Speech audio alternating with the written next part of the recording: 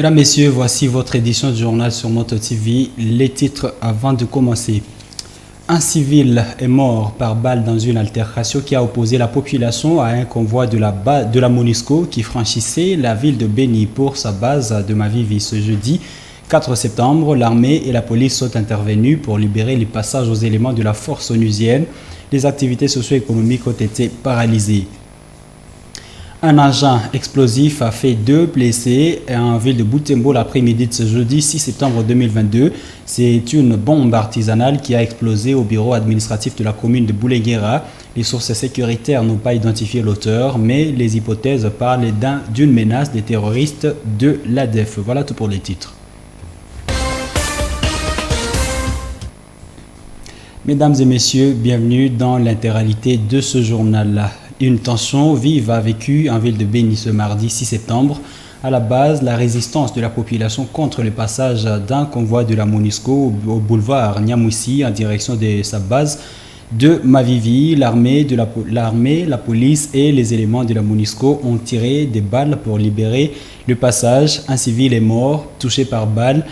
Un civil est mort et un autre est touché par balle.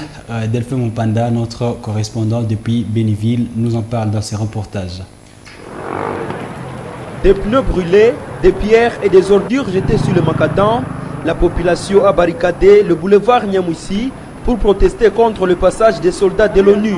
C'était autour de 10 heures lorsqu'un cortège des soldats de la MONUSCO a traversé la ville de Béni, escorté par les forces armées de la RDC et les policiers.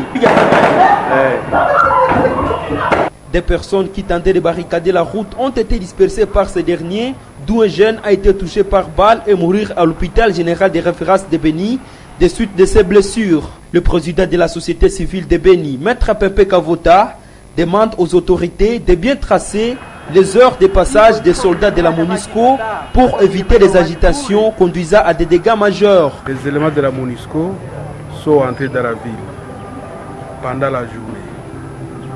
Et comme la population ne veut plus de cette MONUSCO, ils ont commencé à barricader la route. Et malheureusement, un citoyen congolais a été fusillé à bout portant. Cette mort, c'est encore une mort de trop. Il y a un communiqué qui a bien tracé les heures où la MONUSCO peut se retirer, pourra se retirer de la ville de Butembo et même de la ville de Béni. Nous pensons qu'il est plus prudent pour que la population ne soit pas encore victime.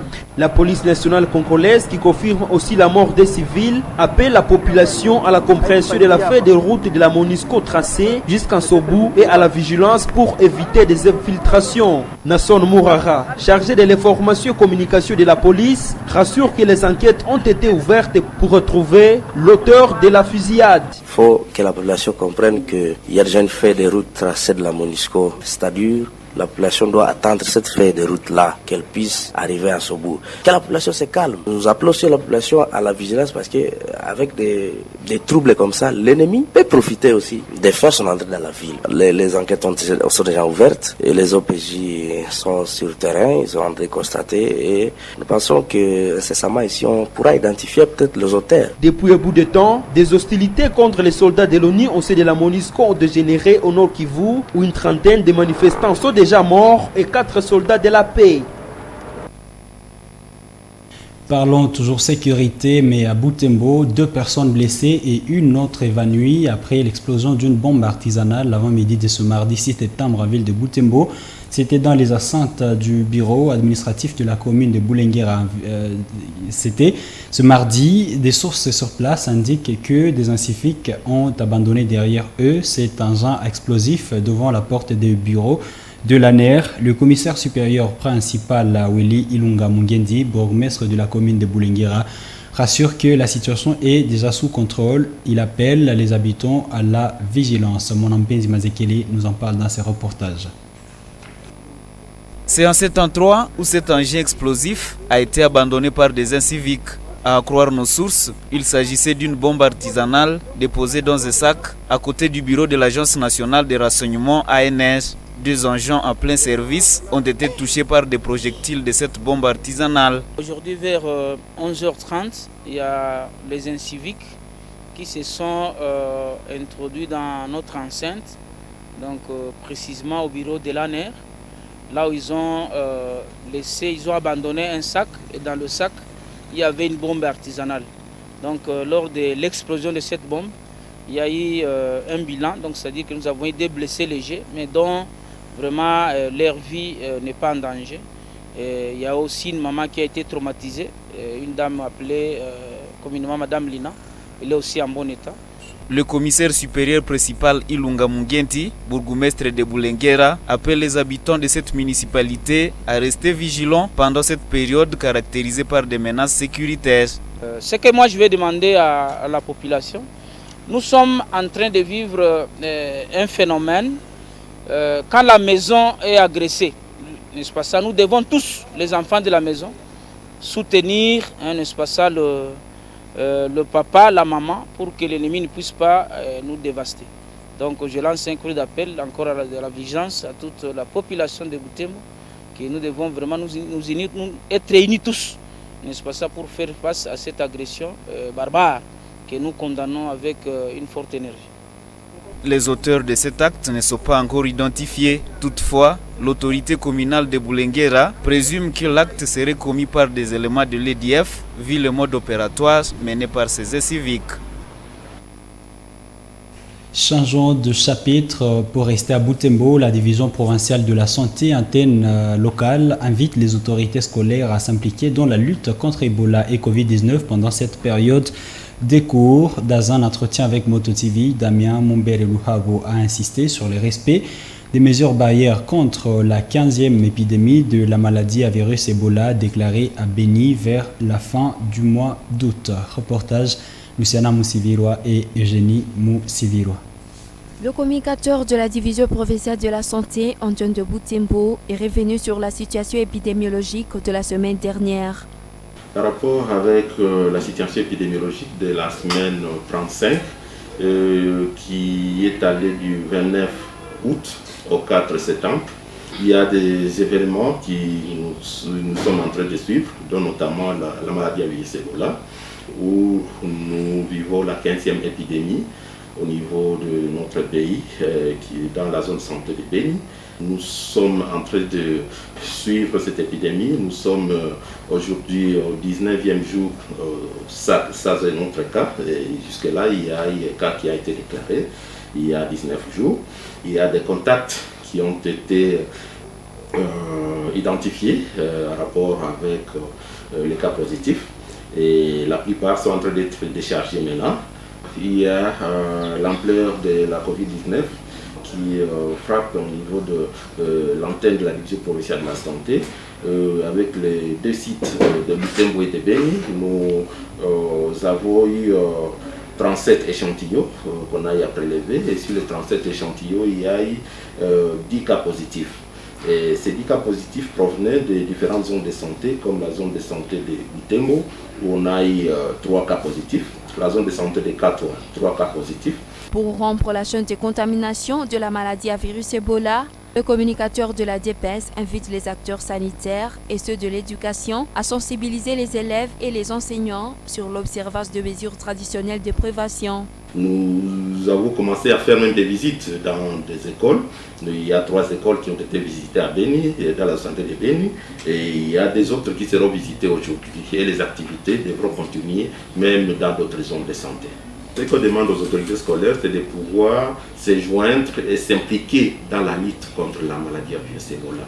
Donc, et même, il faudrait qu'ils soient modèles aussi pour les enfants. Ils doivent aussi éduquer les enfants, faire passer le message auprès des écoliers et des élèves que nous vivons encore la période la plus difficile, l'épidémie est là, nous devons respecter les mesures barrières et à l'école et à la maison. Depuis la déclaration officielle de la fin de la 13e épidémie d'Ebola en province du Nord Kivu en décembre 2021, plusieurs écoles de la ville de Butembo accusent le manque de kits de lavage de mains pour s'appliquer aux mesures d'hygiène. La 15e épidémie d'Ebola a été déclarée dans la zone de santé de Beni depuis le 23 août 2022 Jusqu'à présent, de sources sanitaires ont signalé un cas positif, une personne décédée et plus d'une centaine de ses contacts sont suivis par des professionnels de la santé.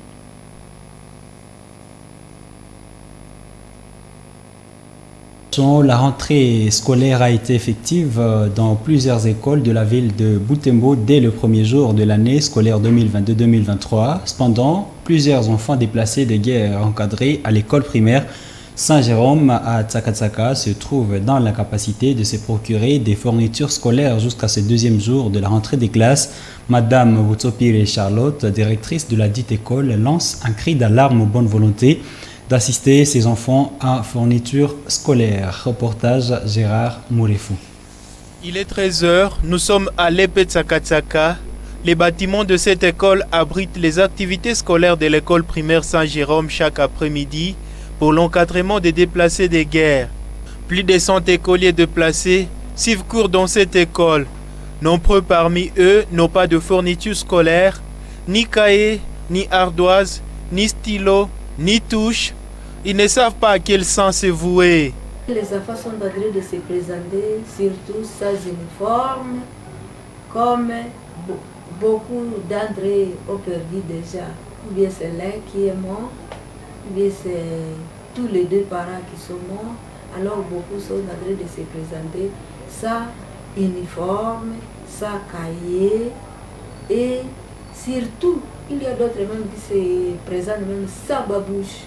Alors nous demandons même à celui qui peut attendre la voix qu'il nous vienne en aide. La directrice de l'Épée Saint-Jérôme a révélé que l'encadrement scolaire de ses enfants déplacés se bute aux difficultés financières, un problème qui pèse sur le fonctionnement de l'école et la motivation des enseignants. Les enseignants, eux aussi, n'ont pas les moyens de trouver les cahiers de préparation. Nous sommes en train de souffrir. Nous n'avons pas de cahiers de préparation. Nous n'avons pas de cahiers, donc ce qu'on appelle journaux de classe. Et surtout, les manuels aussi pour les degrés moyens, aussi nous n'en avons pas.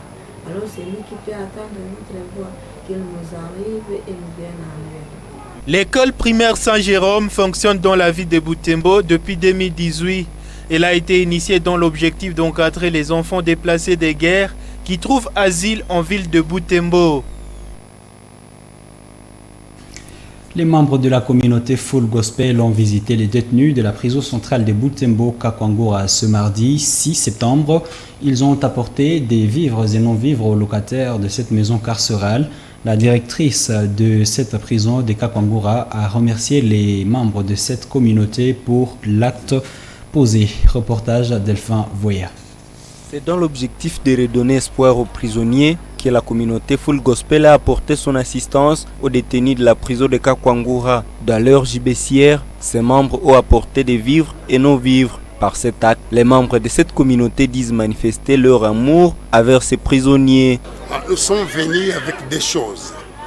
D'abord le spirituel, la parole de Dieu, mais aussi avec le matériel, la nourriture. C'est à gogo, à gogo, à gogo. Plus de $1000 nous avons posé là pour les prisonniers. Mais d'abord c'est le spirituel et la nourriture. Ces prisonniers peuvent changer.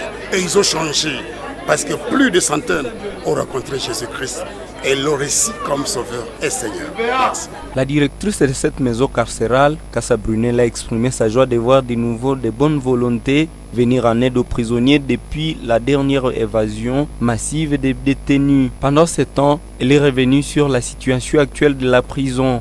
Depuis les événements du 10 août dernier, vous savez que la prison des femmes ou le pavillon femmes a été incendié. Donc, ce qui fait que jusque-là, nous n'accueillons plus des femmes détenues ici au sein de la prison. Donc les 380 sont tous des hommes. Jusque-là, les femmes n'arrivent plus à la prison et c'est limite au niveau des parquets ou l'auditorat. C'est ça. La prison de Kakwangura avait subi une attaque de présumés ADF dans la nuit du 9 au 10 août 2022. Mesdames, Messieurs, nous sommes arrivés à la fin de ce journal. Merci à vous de l'avoir regardé. Au revoir.